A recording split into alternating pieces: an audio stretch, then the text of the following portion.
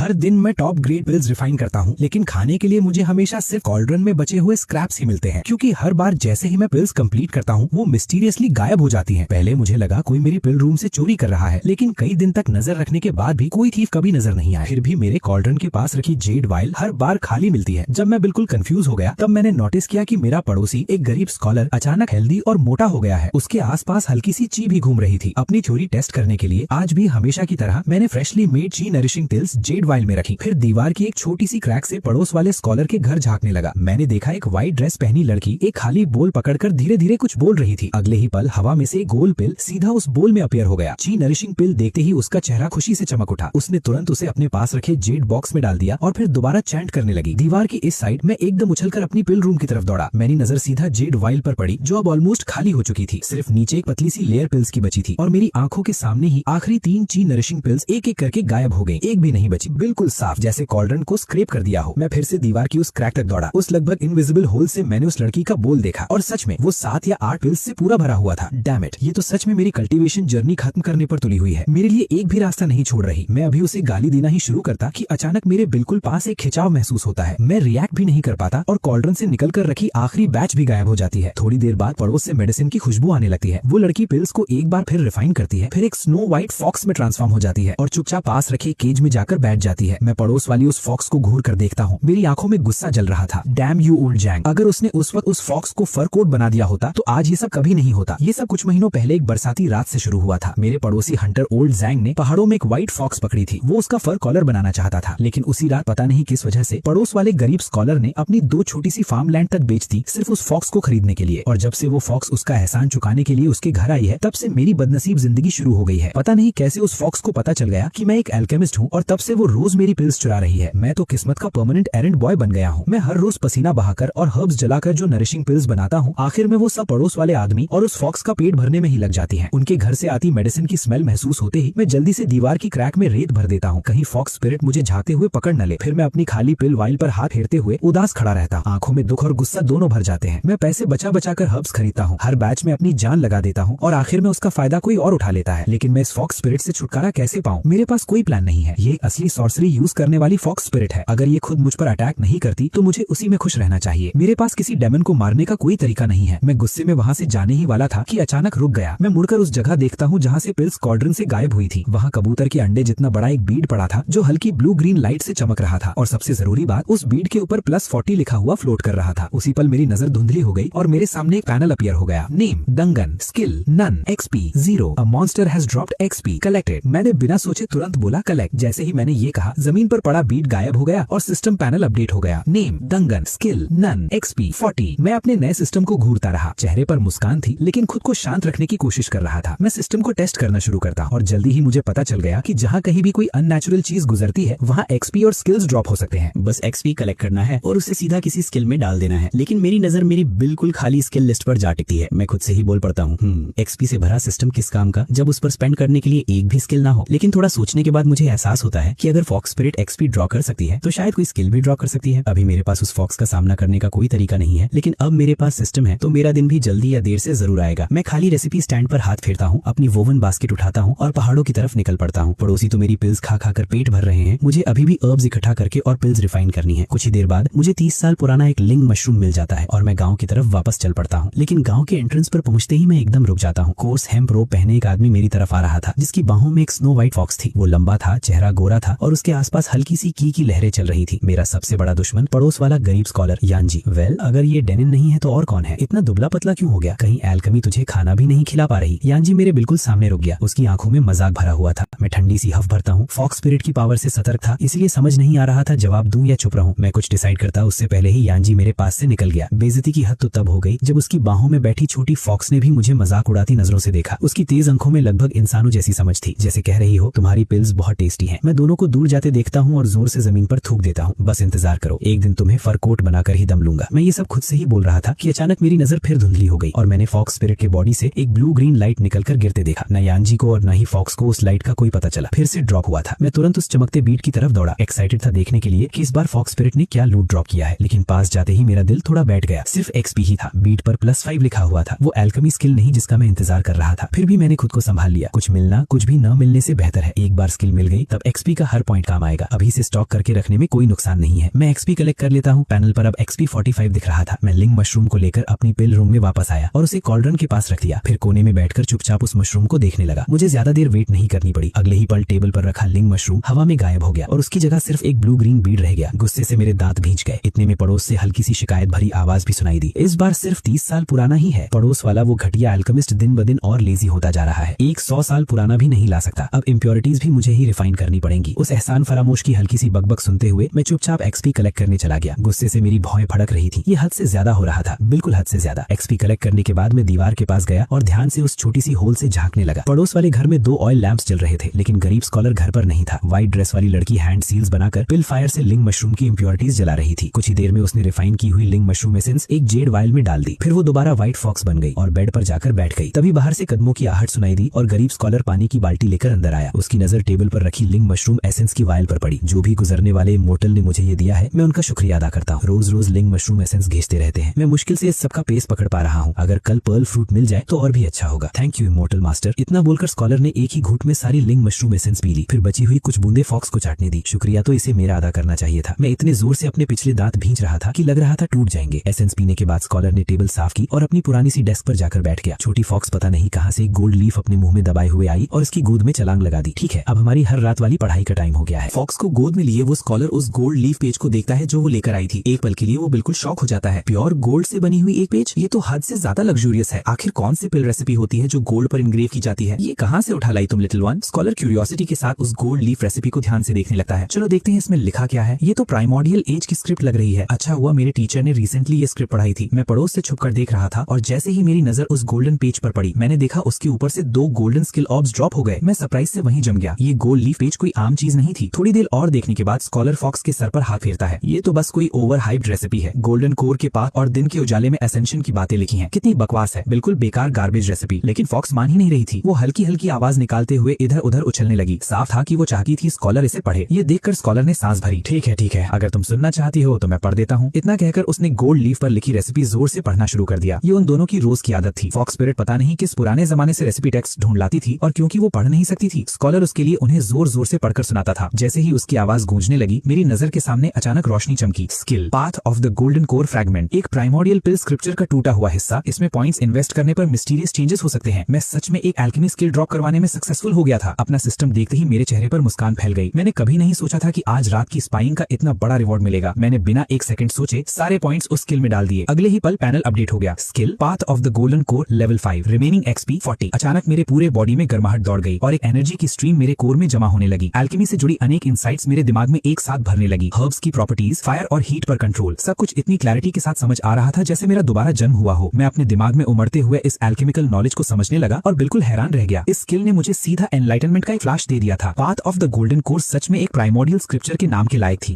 लगता है अब मुझे और XP स्टॉक करना पड़ेगा। मैं चेक करता हूँ अगले लेवल के लिए कितना XP चाहिए और पता चलता है 50 पॉइंट्स। मैं दोबारा पड़ोस वाली रेसिपी से ड्रॉप होते XP की तरफ देखता हूँ। मेरी आंखों में लेवल अप करने की भूख जल रही थी और उस रूम में अभी भी वो 2 गोल्डन ऑब्स पड़े थे। बस उतना ही XP चाहिए था। मैं ध्यान से दीवार की क्रैक को बंद कर देता हूँ और उसके सहारे लगकर वेट करने लगता हूँ। सोचता हूँ कब मौका मिले और मैं वो 2 गोल्डन ऑब्स कलेक्ट कर सकूं।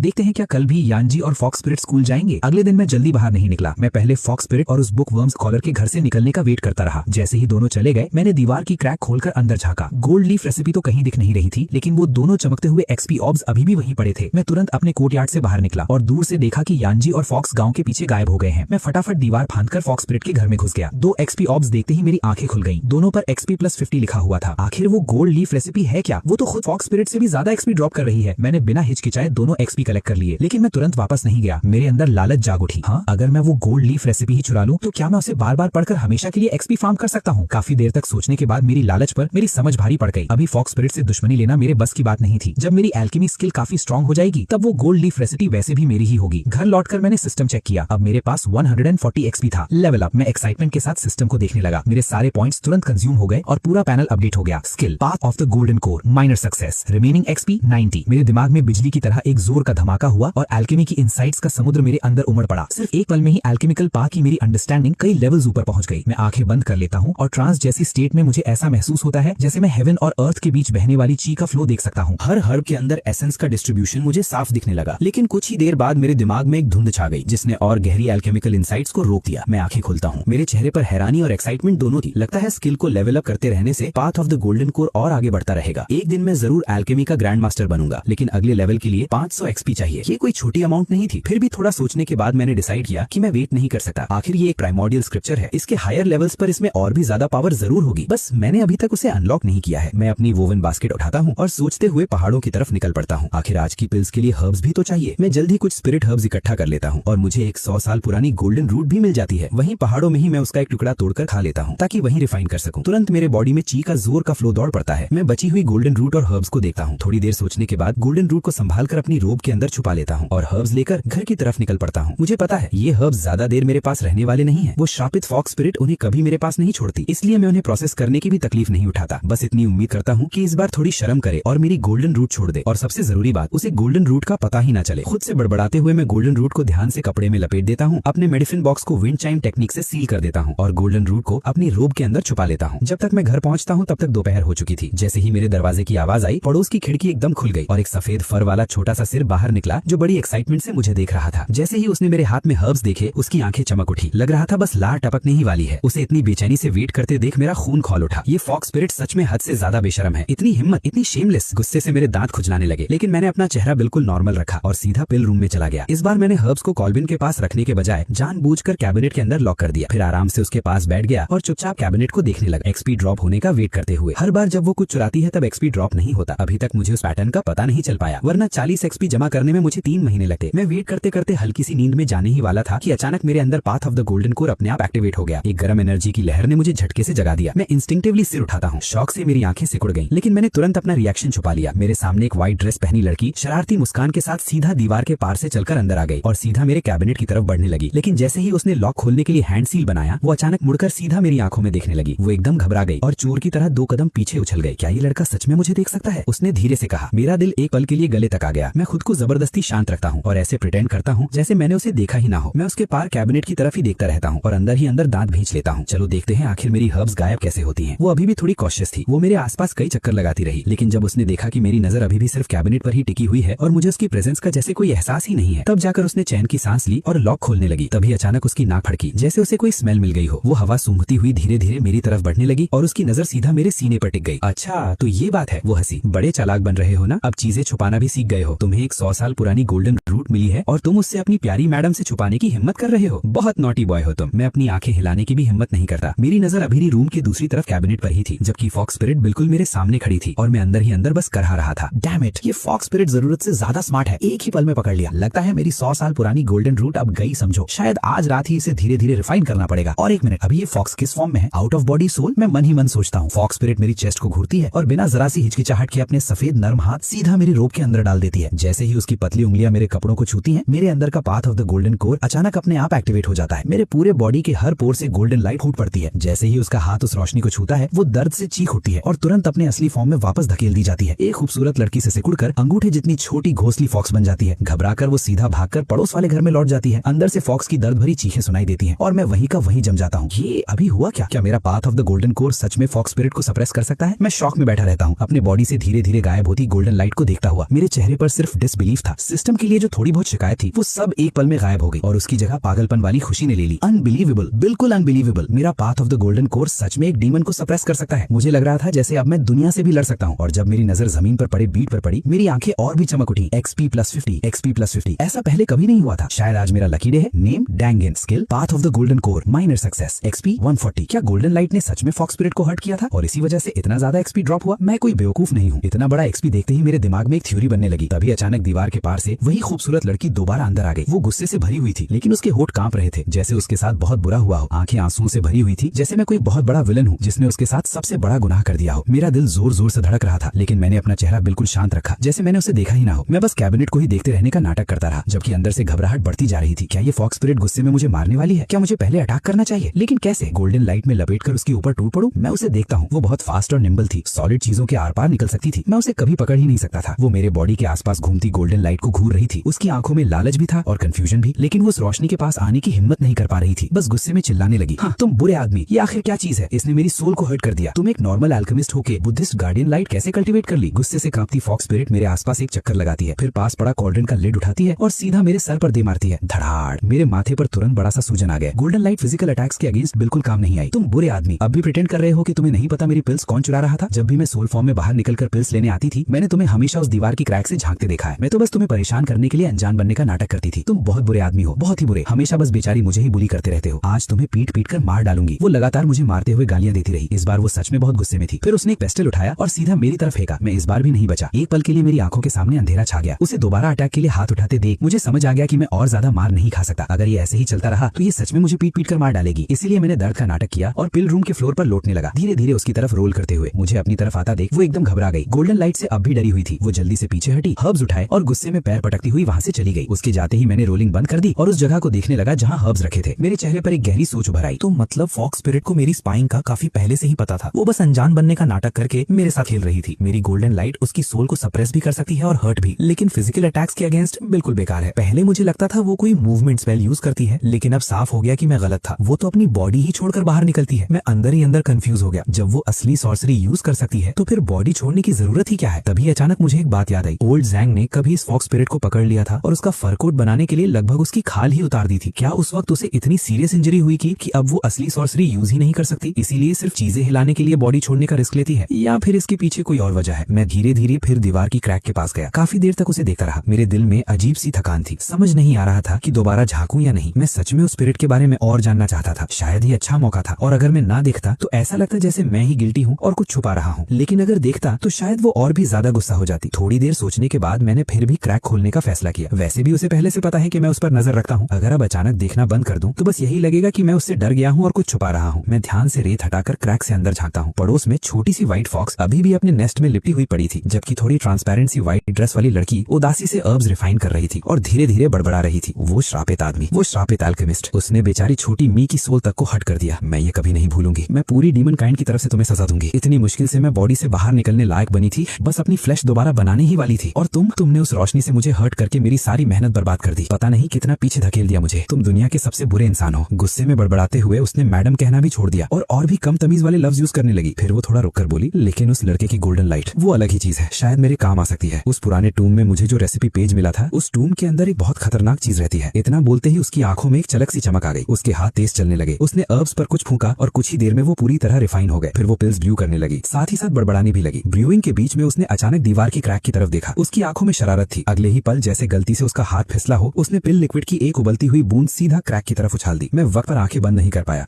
मैं चीख कर जमीन पर गिर पड़ा। दर्द से मैंने तुरंत अपना मुंह दबा लिया ताकि आवाज बाहर न निकले। मैं जमीन पर तड़पता रहा और बार बार मन ही मन उसे गाली देता रहा। वो श्रापित फॉक्स स्पिरिट, उसने जानबूझकर किया, सिर्फ मुझसे बदला लेने के लिए। काफी देर बाद जाकर दर्द कम हुआ। मैं अपनी सूजी हुई आंख खोलता हूँ। आंख अंधी तो नहीं हुई थी, लेकिन सब कुछ धुंधला दिख रहा था। गर्म पिल लिक्विड ने उसे बुरी तरह जला दिया था। फिर भी ये पूरी तरह लॉस नहीं था। कम से कम मुझे उसके बारे में और कुछ पता चल गया। पहले उसकी सोल बिल्कुल एक नॉर्मल इंसान जैसी लगती थी, लेकिन अब वो खोखली और भूत जैसी दिख रही थी। इसका मतलब मेरी गोल्डन लाइट ने उसे मेरी सोच से कहीं ज्यादा हर्ट किया था। मेरे अंदर थोड़ा कॉन्फिडेंस जागने लगा। अब फॉक्स स्पिरिट के सामने मैं पहले जैसा बिल्कुल हेल्पलेस नहीं था, लेकिन उसकी सोल से चीजें कंट्रोल करने की एबिलिटी अभी भी मुझे डरा रही थी। इस बार उसने कॉल्डन का लिड उठाया था। अगली बार पूरा कॉल्डन ही उठाकर मार सकती है, और क्योंकि उसकी सोल सॉलिड चीजों के आर पार जा सकती है, इससे बचने का कोई तरीका भी नहीं है। ठीक है, अपने स्किल पॉइंट्स के लिए मुझे अपना ईगो निगलना ही पड़ेगा। मैं खुद से बड़बड़ाया। वैसे मेरा ईगो तो इतना बढ़ चुका था कि मन ही मन खुद को फॉक्स स्पिरिट का बड़ा बुजुर्ग तक मान बैठा था। हाँ, मैंने ये भी सोचा था कि सब छोड़कर कहीं और भाग जाऊं, उसके कंट्रोल से दूर नई जिंदगी शुरू कर लूं, लेकिन सच ये था मैं भाग ही नहीं सकता था। जब मुझे पहली बार पता चला था कि वो मेरी पिल्स चुरा रही है, तब मैंने सच में भागने की कोशिश की थी, लेकिन रास्ते के बीच में ही अचानक एक स्नो व्हाइट फॉक्स से मुलाकात हो गई। वो बस आराम से मेरे सामने से गुजरी और पता नहीं क्यों मैं सीधा घबराकर वापस घर भाग आया। अब सोचता हूँ तो साफ समझ आ जाता है कि वो बस मेरे साथ खेल रही थी। धीरे धीरे मुझे अपना पर्सनल बिना सैलरी वाला एल्केमिस्ट बना रही थी ताकि मैं उसके लिए पिल्स बनाता रहूं। बिना कुछ कहे दी हुई धमकी ही सबसे खतरनाक होती है, और सच कहूँ तो मैं डर गया था। मुझे समझ आ गया था कि वो उसकी वार्निंग थी। उसके बाद मैंने कभी भागने की हिम्मत नहीं की, लेकिन अब जब मुझे पता चल गया है कि मेरे पास कम से कम उसके खिलाफ थोड़ा सा जवाब देने का तरीका है, तो दिल में एक अजीब सी खुशी होने लगी। मेरा मूड भी काफी हल्का हो गया। अब मुझे उससे सीधा लड़ने की कोई जल्दी नहीं है। मेरे पास सिस्टम है। मुझे बस चुपचाप लो प्रोफाइल में रहना है, धीरे धीरे खुद को स्ट्रॉन्ग बनाना है और एक्सपी फार्म करके अपनी एल्केमी लेवल अप करनी है। बाद में हैंडल कर लूंगा। अभी के लिए बस इतनी सी कीमत देनी है कि कुछ दिन और उसके लिए पिल्स बनाता रहूं। कोई बड़ी बात नहीं। वैसे भी मैं एक टैलेंटेड छोटा एल्केमिस्ट माना जाता हूँ। जब तक मुझे एक्सपी मिल रहा है, जरूरत पड़ी तो मैं उस फॉक्स स्पिरिट को अपना एंसेस्टर मानकर पूजने को भी तैयार हूँ। लेकिन कहते हैं ना, पेड़ चाहे कितना भी शांत रहना चाहे, हवा रुकती नहीं। मैं तो चुपचाप लेवल अप करना चाहता था, लेकिन फॉक्स स्पिरिट को शायद ये मंजूर नहीं था। मुझे लगा था बस हर्ब्स कलेक्ट करता रहूंगा और जिंदगी रूटीन बन जाएगी। लेकिन तीसरे ही दिन जब मैं पहाड़ों में गया तो शुरू में ही एक अजीब चीज हो गई। उस दिन मैं घंटों तक हर्ब्स ढूंढता रहा। जब लगभग खाली हाथ वापस लौटने वाला था, तब अचानक एक स्पिरिट बर्ड सीधा मेरे सामने वाले पेड़ से टकरा गया। वो जोर से जमीन पर गिरा और उसका पंख टूट गया। मैं खुशी से उसे पकड़ने के लिए बढ़ा ही था कि उसने अपना टूटा हुआ पंख झटका और जंगल के अंदर भाग निकला। मैं भी तुरंत उसके पीछे दौड़ पड़ा। वो उड़ नहीं सकता था, लेकिन झाड़ियों और सूखी शाखों के बीच इतनी तेजी से निकल रहा था कि मैं उसका 2 घंटे तक पीछा करता रहा। आखिर में वो एक जमीन के होल के अंदर घुस गया। होल का मुंह छोटा सा था, लगभग किसी बैजर के बिल जितना। डैम, इस चिड़िया में इतनी स्टैमिना कहाँ से आ गई। 2 घंटे तक भागती ही रही। बड़ी लकी निकली। मैं बड़बड़ाते हुए वापस मुड़ने ही वाला था कि अचानक उस होल के अंधेरे अंदर से ब्लू ग्रीन लाइट चमकती हुई दिखी। वो ये तो एक्सपी की ग्लो है। होल के अंदर एक्सपी क्यों है? क्या ये स्पिरिट बर्ड भी किसी डीमन जैसी चीज है? और जमीन पर एक धुंधला सा फॉक्स का फुटप्रिंट भी बना हुआ था। मैं एक पल के लिए रुक गया। मेरे सामने एक्सपी का इतना बड़ा स्टॉक पड़ा था। अगर मैं ये सब कलेक्ट कर लूं तो path of the golden core का लेवल जरूर बढ़ जाएगा और मेरी एल्केमी जितनी स्ट्रांग होगी उतनी ही हिम्मत मेरे अंदर उस पड़ोस वाली फॉक्स स्पिरिट का सामना करने की होगी। No risk no reward. तभी मेरी नजर होल के मुंह पर पड़ी एक पुरानी जेड की चीज पर गई। वो गहरे हरे जेड से बनी हुई थी और उसका शेप एक कॉल्ड्रन जैसा था। ऐसा जेड मैंने इस जमाने में कभी नहीं देखा था। क्या ये होल किसी एंशिएंट कल्टीवेटर की केव तक जाता है? इस बार मैंने और ज्यादा नहीं सोचा। मैं तुरंत घर की तरफ मुड़ गया ताकि अपनी डिगिंग टूल्स ले आऊं। वापस आते हुए मैंने देखा कि मेरे हर्ब फील्ड में एक एक्स्ट्रा स्पिरिट अर्ब उगाई है। आज तो मेरी किस्मत सच में आसमान छू रही है। सिर्फ सिस्टम ही अवेकन नहीं हुआ बल्कि एक्सपी का एक नया सोर्स भी मिल गया। लगता है आसमान भी आज मेरा साथ दे रहा है। मैं उस अर्ब का एक लीफ तोड़कर वहीं खा लेता हूँ और तुरंत रिफाइन करता हूँ। बाकी प्लांट को दोबारा फील्ड में लगा देता हूँ। फिर अपनी हो कंधे पर रखकर वापस पहाड़ों की तरफ निकल पड़ता हूँ। जैसे ही मैं कोर्टयार्ड में घुसता हूँ, पड़ोस की खिड़की पर बैठी फॉक्स स्पिरिट नजर आती है। उसने अपनी गर्दन इतनी लंबी कर रखी थी कि देखकर ही अजीब लग रहा था। जैसे ही उसने मेरे कंधे पर हो देखी, उसके चेहरे पर नफरत और ताने वाली एक्सप्रेशन आ गई। और जब उसने देखा कि मैं बहुत कम हर्ब्स लेकर आया हूँ तो उसका मूड और भी खराब हो गया। लेकिन जैसे ही मैंने वो थोड़ी सी हर्ब्स पिल रूम में रखी, उसकी सेडक्टिव फॉक्स आइज में दोबारा थोड़ी सेटिस्फैक्शन दिखने लगी। फिर वो मुड़कर चुपचाप अपने घर के अंदर चली गई। कुछ ही देर बाद मेरी पिल रूम से हर्ब्स हमेशा की तरह गायब हो गई। लेकिन इस बार एक्सपी ड्रॉप नहीं हुआ। जैसे मैंने सोचा था, एक्सपी के लिए फॉक्स स्पिरिट पर भरोसा करना बिल्कुल रिलायबल नहीं है। उस एंशिएंट कल्टीवेटर की केव को मुझे जरूर खोदना पड़ेगा। मैं कोर्टयार्ड का एक चक्कर लगाता हूँ, अपना ली यांग स्पेड उठाता हूँ और दोबारा पहाड़ों की तरफ निकल पड़ता हूँ। जब मैं होल के मुंह तक पहुँचता हूँ तो स्पिरिट बर्ड वहाँ से पहले ही गायब हो चुकी थी। लगता है वो टनल के थ्रू निकल गई और अगर वो बाहर निकल सकती है तो इसका मतलब नीचे का रास्ता शायद सेफ है। मैंने बिना एक पल की देरी किए खोदना शुरू कर दिया। सिर्फ आधा घंटा ही हुआ था कि मेरे सामने सिस्टम पैनल आ गया। XP discovered, collected, collect. जैसे ही मैंने कलेक्ट बोला, मेरा एक्सपी तेजी से बढ़ने लगा। दोपहर तक मैं अपने खड़े होने की जगह पर काफी बड़ा गड्ढा खोद चुका था। चलो देखते हैं अब कितना एक्सपी हुआ है। Name Dangan, skill path of the golden core, minor success, XP 350। सिर्फ 350, बस 150 और चाहिए, फिर मैं लेवल अप कर सकता हूँ। मैं आसमान की तरफ देखता हूँ। अभी भी लगभग 2 घंटे की धूप बाकी थी। मैं दोबारा खोदना शुरू कर देता हूँ और काफी देर बाद आखिर में रुक गया। हाथ में हो पकड़े हुए मैं सिस्टम पैनल को घूरता हूँ। Level up. एल्केमी की इनसाइट्स की एक जबरदस्त लहर समुद्र की तरह मेरे दिमाग में भर गई। Path of the golden core minor success से बढ़कर ग्रेट सक्सेस पर पहुंच गया। मेरे पूरे बॉडी से गोल्डन लाइट फूट निकली और पिल एसेंस की एक नेचुरल फ्रेग्रेंस चारों तरफ फैल गई। बेशुमार एल्केमिकल मेथड्स मेरे दिमाग में भरने लगे। Secret fire control techniques, herbs को कंबाइन करने के फॉर्मूलाज, सब कुछ एकदम से क्रिस्टल क्लियर हो गया। लेकिन एल्केमिक पाथ की वो गहरी फीलिंग सिर्फ एक पल के लिए ही रही। अगले ही पल ज्यादातर इनसाइट्स दोबारा धुंध में खो गई। मैं पैनल पर एक्सपी रिक्वायरमेंट देखता हूँ और उसे देखकर ही मेरे दांत दुखने लगते हैं। ग्रेट सक्सेस से परफेक्शन तक पहुंचने के लिए पूरे 5000 एक्सपी चाहिए थे। मैं एक लंबी सांस लेकर अपनी हो कंधे पर रखता हूँ और घर की तरफ चल पड़ता हूँ। खुदाई करना बहुत थकाने वाला काम था और इतनी मिट्टी बाहर निकालने का भी कोई तरीका चाहिए था। तभी मुझे अपनी पिछली जिंदगी का ली यांग स्पेड याद आ गया। उसी शाम मैं ओल्ड जैंग की फौज पर पहुंच गया। ओल्ड जैंग, मैं पहाड़ों में अर्ब्स कलेक्ट करने जाता हूँ। मुझे एक स्पेशल टूल बनवाना है। जैंग फैमिली के साथ काम करना तो वैसे भी अनअवॉइडेबल था। अरे यांगशन आ गया, इस बार क्या बनाना है? ओल्ड जैंग का बेटा बाहर आया। इस बार थोड़ा अलग है। मैंने जमीन पर ली यांग स्पेड का डिजाइन बना दिया। ये नॉर्मल हो नहीं है, इसलिए बनाना ज्यादा मुश्किल नहीं होना चाहिए। ये असल में कॉमन शवल जैसा ही है, बस इसका ब्लेड थोड़ा पतला और कर्व्ड है। ये कैसी अजीब चीज है? ये शवल तो काफी स्ट्रेंज लग रहा है। बस पहाड़ों में अर्ब्स निकालने में आसानी होगी। ठीक है, कल आ जाना, तब तक रेडी हो जाएगा। शुक्रिया ओल्ड जैंग। कितने पैसे देने होंगे? कभी टाइम मिले तो मेरे लिए एक बैच ची नरिशिंग पिल्स बना देना, वही काफी है। मैं जाने ही वाला था कि ओल्ड जैंग ने मेरा हाथ पकड़ लिया। रुको, अभी मत जाओ, मेरे पास तुम्हारे लिए एक अच्छी चीज है। कैसी चीज? उसने दरवाजा बंद किया, बेड के नीचे से एक पुराना सा चेस्ट बाहर निकाला और खोल दिया। इंटरेस्टेड हो? लेना हो तो सस्ते में दे दूंगा। चेस्ट के अंदर एक तेज धार वाली लंबी तलवार और लगभग 1 दर्जन एरो हेड्स पड़े थे। ओल्ड जैंग, तुम पागल हो गए हो क्या? इसके लिए तो सीधा सर काट दिया जाएगा। ये आयरन के पीसेस मैंने उस बड़े क्लाइंट के ऑर्डर से थोड़ा थोड़ा करके बचाए हैं। देख लो, पसंद आए तो ले जाओ, नहीं तो किसी और को बेच दूंगा। ये मत कहना कि मैंने पहले तुम्हें ऑफर नहीं किया। जब भी कोई अच्छी चीज होती है सबसे पहले तुम्हारा ही ख्याल आता है। मुझे चाहिए, बिल्कुल चाहिए, लेकिन तुम जानते हो मेरी फाइनेंशियल कंडीशन अच्छी नहीं है। पता नहीं इतने पैसे दे भी पाऊंगा या नहीं। हम एक ही गाँव के हैं, पैसे की टेंशन मत लो, धीरे धीरे एडजस्ट हो जाएगा। बस कभी कभी मेरे लिए पिल्स बनाते रहना, मैं वो सारा सामान ले लेता हूँ। फिर सीरियस होकर बोलता हूँ, ओल्ड जैंग, एक बात है, पता नहीं बोलनी चाहिए या नहीं। क्या बात है? इतने पुराने दोस्त हैं, सीधा बोलो। ये स्वॉर्ड्स और इतना कॉन्ट्रोबैंड, तुम्हारे क्लाइंट ने आखिर कितनी ब्लेड्स बनवाने का ऑर्डर दिया है? बिल्कुल सही सोचा तुमने। अगर ये बात कभी बाहर आ गई तो वो क्लाइंट सबसे पहले मुझे ही हमेशा के लिए चुप करा देगा। क्या तुम्हें लगता है मुझे इस खतरे का पता नहीं? क्या तुम सच में सोचते हो कि मेरे जैसे छोटे गाँव के ब्लैक स्मिथ के पास मना करने का ऑप्शन था? मेरे दिल में एक बोझ आ गया। ये एरो हेड्स बहुत ज्यादा नोटिसेबल थे, इन्हें वैसे का वैसा रखना ठीक नहीं है। बेहतर होगा इन्हें पिघलाकर आयरन पैलेट्स बना दूं और उनसे एक पावरफुल स्लिंग शॉट बना लूं। सेल्फ डिफेंस के लिए वही काफी होगा। और रही बात वुल्व्स या टाइगर्स की, उनके लिए ट्रैप कहीं ज्यादा इफेक्टिव रहेंगे। तुम हमेशा इतनी प्लानिंग करके चलते हो किड। मैं आज रात ही ये फोर्ज कर दूंगा। दूंगा, कल तक रेडी मिल जाएगा। लेकिन स्लिंग शॉट का इलास्टिक बैंड तो मैं खुद ही अरेंज करना पड़ेगा। इतना स्ट्रॉन्ग मटेरियल ढूंढना आसान नहीं होगा जो आयरन पैलेट्स को लॉन्च कर सके। पाउच की टेंशन मत लो, उसका जुगाड़ मेरे पास है। और हाँ, मेरे लिए थोड़ा वायर भी अलग रख देना। पहाड़ों में ट्रैप्स लगाते वक्त वायर बहुत जल्दी खत्म हो जाता है। अगर हो सके तो कुछ आयरन पाइप्स भी दे देना। घर लौटकर मैंने फिर दीवार की क्रैक से झांका। यांजी बैठकर पढ़ रहा था और फॉक्स स्पिरिट टेबल पर बैठी बड़े ध्यान से सुन रही थी। उसके आसपास हल्की सी डिमोनिक एनर्जी घूम रही थी। तभी अचानक मेरे अंदर की गोल्डन लाइट एक्टिवेट हुई और मेरी नजर के सामने फॉक्स स्पिरिट के बॉडी के चारों तरफ ब्लू ग्रीन एनर्जी की एक लेयर दिखने लगी जिसमें डार्क डिमोनिक मिस्ट की धारें घुली हुई थी। ये क्या है? मैं यांजी की तरफ देखता हूँ। उसके बॉडी के आसपास भी एक हल्की सी स्कॉलरली ऑरा थी, लेकिन वो डिमोनिक एनर्जी से धुंधली और गंदी हो चुकी थी। क्या ये डिमोनिक एनर्जी है या फॉक्स स्पिरिट सच में उसके अंदर की स्कॉलरली ऑरा को खींच रही है? अगली सुबह बाहर से आवाज आई, डैंडेन चलो पहाड़ों में हर्ब्स कलेक्ट करने चलते हैं। मैं तुरंत उठकर बोला, आ रहा हूँ। ये ओल्ड जैंग की आवाज थी, गाँव का पुराना हंटर जिस पर मुझ पर बहुत बड़ा एहसान था। जब से उसे पता चला था कि मेरी पिल्स चोरी हो रही हैं, तब से वो अक्सर मुझे पहाड़ों में ले जाता और स्पिरिट हर्ब्स पहचानना सिखाता था। मैं बाहर निकला और ओल्ड जैंग को देखा। उसके आसपास कोई अजीब एनर्जी नहीं थी, बिल्कुल नॉर्मल। पड़ोस वाले कोर्टयार्ड में फॉक्स स्पिरिट दीवार के पास बैठी हमें खुलेआम घूर रही थी। उसकी आंखों में साफ दुश्मनी थी। चलो फिर जल्दी निकलते हैं। 1 मिनट ओल्ड जैंग, मुझे पहले तुम्हारी फोर्ज से अपना ऑर्डर लेना है। मैं दौड़कर फोर्ज पहुंच गया। मैं अपना ऑर्डर लेने आया हूँ। ओल्ड जैंग ने मुझे आयरन पैलेट्स का एक बैग और स्लिंग शॉट का फ्रेम दिया। ये लो तुम्हारे पैलेट्स, पूरा 300 बनाए हैं, संभल कर यूज करना। फिर उसने स्लिंग शॉट का फ्रेम और ली यांग स्पेड भी निकाला। ये स्लिंग शॉट फ्रेम मैंने खुद हाथ से फोर्ज किया है। इतना मजबूत है कि तुम्हारे पोतों के पोतों तक चलेगा। घर ले जाकर पॉलिशिंग खुद कर लेना। कल रात आधी रात तक तुम्हारा काम करता रहा हूँ। मैं टूल्स लेकर ओल्ड जैंग के पास गया। चलिए साथ में चलते हैं। रास्ते में ओल्ड जैंग बोला, तुम्हारी एल्केमी दिन ब दिन और तेज होती जा रही है। हर्ब्स पहचानने में भी अब तुम मुझे क्रॉस कर चुके हो। ये सब आप ही की वजह से है ओल्ड जैंग। जो थोड़ी बहुत एल्केमी मुझे आती है उसी की वजह से भूखा नहीं मरता। अब शिष्य गुरु से आगे निकल गया है किड। ची नरिशिंग पिल्स बनाने में तो मैं तुम्हारे आसपास भी नहीं हूँ। समझ नहीं आता तुम्हारे दिमाग में क्या चलता रहता है। इतनी परफेक्ट पिल्स कैसे बना लेते हो? आपकी हंटिंग स्किल्स भी तो कमाल की हैं ओल्ड जैंग। मैं उनका मुकाबला नहीं कर सकता। बहुत ज्यादा तारीफ मत करो। वैसे एक बात और, लैंडलॉर्ड ली इस साल फिर रेंट बढ़ा रहा है। पहले से तैयार रहना। जो भी हो रेंट कम मत पड़ने देना। आखिर वो पिल रूम उसी का है। मेरी भौएं सिकुड़ गई। फिर से रेंट बढ़ रहा है? पिछले साल ही तो 3 टेल सिल्वर कर दिया था। ऐसे ही बढ़ाता रहा तो आम लोग जिंदा कैसे रहेंगे? हाँ रूम उसका है, लेकिन जो पिल्स मैं बनाता हूँ वो तो उसकी नहीं है। ये तो बिल्कुल ही अनरीजनेबल है। लेकिन जब हालात ही खिलाफ हो तो सहने के अलावा और ऑप्शन भी क्या होता है? ओल्ड जैंग से अलग होने के बाद मैं सीधा टनल के पास गया और दोबारा खोदना शुरू कर दिया। जैसे जैसे मैं और अंदर जा रहा था टनल की दीवारों पर बर्फ जमने लगी। मिट्टी भी ठंडी और सख्त होती जा रही थी। एक पल के लिए मैं रुक गया, लेकिन अंदर और गहराई में चमकता हुआ एक्सपी देखकर मैंने दांत भींच लिए और फिर से खोदना शुरू कर दिया। अचानक मेरी स्पेड किसी सख्त चीज से टकराई। क्लैंग! एक धातु जैसी आवाज पूरी टनल में गूंज उठी। नीचे कोई पुरानी चीज दबी हुई थी। मैं मिट्टी हटाने लगा और धीरे धीरे एक पुराना घिसा हुआ कॉल्ड्रन बाहर निकला। उस पर अजीब पैटर्न्स और एल्केमिकल रून्स बने हुए थे। मैं उन्हें पढ़ नहीं सकता था, लेकिन इतना जरूर महसूस हुआ कि ये रून्स एल्केमिक पाथ के किसी बहुत ही गहरे लेवल से जुड़े हुए हैं। अगले दिन मैंने दोबारा काफी एक्सपी इकट्ठा किया। गांव वापस आते वक्त रास्ते में मेरी मुलाकात एक डंकी कार्ट से हुई। उसे चला रहे बूढ़े किसान ने मेरे हाथ में हर्ब्स देखकर बोला, अरे ये हर्ब्स बेचोगे क्या? हाँ बेचूंगा। कितना दोगे? 600 कॉपर दोगे तो ये सब तुम्हारे हैं। बूढ़ा किसान पैसे देकर अपनी डोंकी कार्ट लेकर चला गया। घर लौटते ही हमेशा की तरह फॉक्स स्पिरिट मेरी बची हुई हर्ब्स भी चुरा ले गई। गुस्से और मजबूरी में मैं खुद से बड़बड़ाया, बस वेट करो, जल्दी या देर से मैं तुम्हें पकड़ ही लूंगा। और उस दिन से रोज हर्ब्स तुम कलेक्ट करोगी और पिल्स भी मेरे लिए तुम ही ब्रू करोगी। तीसरे दिन मैंने फिर से एक और बैच बहुत हाई क्वालिटी ची नरिशिंग पिल्स बनाई। प्लान था कि उन्हें ओल्ड जैंग को देकर अपना उधार चुका दूं। लेकिन फोर्ज तक पहुंचने से पहले ही मैंने देखा बाहर 2 डोंकी कार्ट्स खड़ी थी। कई बूढ़े किसान उनसे उतर रहे थे और बाहों में बड़े बड़े स्ट्रॉ बंडल्स उठाए हुए थे। हाँ लगता है आज ओल्ड जैंग के यहाँ गेस्ट्स आए हैं। उनमें से एक किसान अभी स्ट्रॉ के अंदर हाथ डालने ही वाला था कि एक बूढ़े आदमी ने मेरा हाथ पकड़ लिया। ये वही किसान था जिसने पिछली बार मुझसे स्पिरिट हर्ब्स खरीदी थी। फिक्र मत करो, ये हमारे गांव का एल्केमिस्ट है। मैं इसे पहले भी देख चुका हूँ। उसने धीरे से कहा। मेरी आंखें हल्की सी सिकुड़ गईं। ओल्ड जैंग के घर में इतने स्ट्रॉ बंडल्स क्यों होंगे? ये साफ डिस्गाइज था। उनके अंदर कुछ छुपा हुआ था, शायद वेपन्स। ये लोग आम किसान बिल्कुल नहीं थे, लेकिन मेरे पास सिस्टम था। मेरी पिल क्राफ्टिंग रोज स्ट्रॉन्ग होती जा रही थी और गोल्डन कोर लाइट मेरी प्रोटेक्शन कर रही थी। जब मेरा path of the golden core great success से भी आगे बढ़ेगा, तब सबसे पहले मैं उस फॉक्स स्पिरिट का हिसाब चुकाऊंगा। और ये अजीब लोग जब तक ये मेरे रास्ते में नहीं आते, मुझे इनसे कोई मतलब नहीं। फिलहाल सबसे जरूरी काम था उस एंशिएंट कल्टीवेटर्स केव को और अंदर तक खोदना और ज्यादा से ज्यादा एक्सपी कलेक्ट करना। मुझे path of the golden core को परफेक्शन तक पहुंचाना ही होगा। मैं बिल्कुल नॉर्मल दिखते हुए फोर्ज के अंदर चला गया और ची नरिशिंग पिल्स की बॉटल टेबल पर रख दी। ओल्ड जैंग ये बैच ले लो, इससे मेरा उधार चुक गया समझना। ओल्ड जैंग की आंखें चमक उठी। उसने बॉटल का स्टॉपर निकाला और एक गहरी सांस लेकर उसकी फ्रेग्रेंस महसूस की। उसके चेहरे पर हैरानी आ गई। कितनी प्योर फ्रेग्रेंस है दंगन। तुम्हारी एल्केमी दिन ब दिन और इम्प्रूव होती जा रही है। आप बस तारीफ कर रहे हैं। मैंने कैजुअली उन बूढ़े किसानों की तरफ देखा। उनके स्ट्रॉ बंडल्स थोड़े से खिसक गए और अंदर से एक स्वॉर्ड का हिट साफ नजर आ गया। अब मुझे सब समझ आ गया। मैं वहाँ और नहीं रुका। अपना ली यांग स्पेड उठाया और स्लिंग शॉट उठाकर सीधा वापस आ गया। घर पहुंचते ही मैंने हमेशा की तरह दीवार की क्रैक से झांका। फॉक्स स्पिरिट पड़ोस वाले बेड पर क्रॉस लेगेड बैठी थी। उसके आसपास ब्लू डिमोनिक एनर्जी घूम रही थी। साफ था कि वो अपनी हीलिंग कर रही थी। यांजी घर पर नहीं था, शायद स्कूल गया हुआ था। मैं ध्यान से फॉक्स स्पिरिट को देखने लगा। उसकी ऑरा के अंदर एक हल्की सी ब्लैक एनर्जी चमक रही थी। मेरा दिल जोर से धड़का। मैंने गोल्डन कोर लाइट एक्टिवेट की और ध्यान से देखने लगा। जो मैंने देखा उससे मेरी सांस अटक गई। उसकी डेमोनिक एनर्जी अंदर से ही टूट रही थी और वो ब्लैक एनर्जी धीरे धीरे उसके डेमन कोर को करोड कर रही थी। अब समझ आया, वो रोज मेरी ची नरिशिंग पिल्स सिर्फ कल्टीवेशन के लिए नहीं चुराती। उन पिल्स के अंदर की ची उसे अपने बॉडी के अंदर वाली उस अजीब ब्लैक एनर्जी को सप्रेस करने के लिए चाहिए थी। मेरे दिल में एक मुस्कान उभर आई। अगर इस फॉक्स स्पिरिट के बॉडी में पहले से ही इतनी बड़ी हिडन इंजरी है, तो जैसे जैसे मेरा path of the golden core और स्ट्रॉन्ग होगा, इसे हैंडल करना और भी आसान हो जाएगा। तभी अचानक फॉक्स स्पिरिट की आंखें खुल गई और सीधा दीवार की क्रैक की तरफ देखने लगी। मेरा दिल एक पल के लिए उछल गया। मैं तुरंत पीछे हट गया। फिर से झांक में हो, एक दिन तुम्हारी दोनों आंखें निकाल दूंगी। पड़ोस से उस लड़की की गुस्से भरी आवाज आई। मैंने जैसे कुछ सुना ही ना हो अपना स्पेड उठाया, बास्केट कंधे पर डाली और फिर से पहाड़ों की तरफ निकल गया। एंशिएंट कल्टीवेटर्स केव को खोदना मेरी सोच से कहीं मुश्किल था। एंट्रेंस के पास की मिट्टी अजीब तरह से सख्त थी। हर बार स्पेड चलाने पर मेरे हाथ सुन्न हो जाते थे। पूरे 3 दिन तक लगातार खोदने के बाद भी मैं मुश्किल से 20 फीट ही आगे बढ़ पाया। लेकिन इन 3 दिनों का रिवॉर्ड बहुत बड़ा था। Name, Dangan, skill, path of the golden core, great success, XP 1200। सिर्फ 3 दिन की डिगिंग से मुझे 850 एक्सपी मिल गया था। फिर भी परफेक्शन के लिए चाहिए 5000 एक्सपी से ये अभी बहुत कम था। चौथे दिन मुझे मिट्टी के अंदर एक चीज मिली। ये हाथ की साइज का एक जेट स्लिप था, पूरा एमरल्ड ग्रीन और छूने में गर्म। मैंने उस पर गोल्डन कोर लाइट फ्लो की और तुरंत इन्फॉर्मेशन मेरे दिमाग में भर गई। Beast contract technique fragment. Blood essence को मीडियम बनाकर किसी स्पिरिट बीस्ट को सर्वेंट के रूप में बाइंड किया जा सकता है। कॉन्ट्रैक्ट सक्सेसफुल होते ही उस बीस्ट की लाइफ और डेथ पूरी तरह से मास्टर के कंट्रोल में होती है। जेट स्लिप पकड़े हुए मेरा हाथ हल्का सा कांप गया। बीस्ट कॉन्ट्रैक्ट टेक्निक, इसका मतलब क्या है? इसका मतलब मैं उस श्रापित फॉक्स स्पिरिट को कॉन्ट्रैक्ट करके अपना सर्वेंट बना सकता हूँ।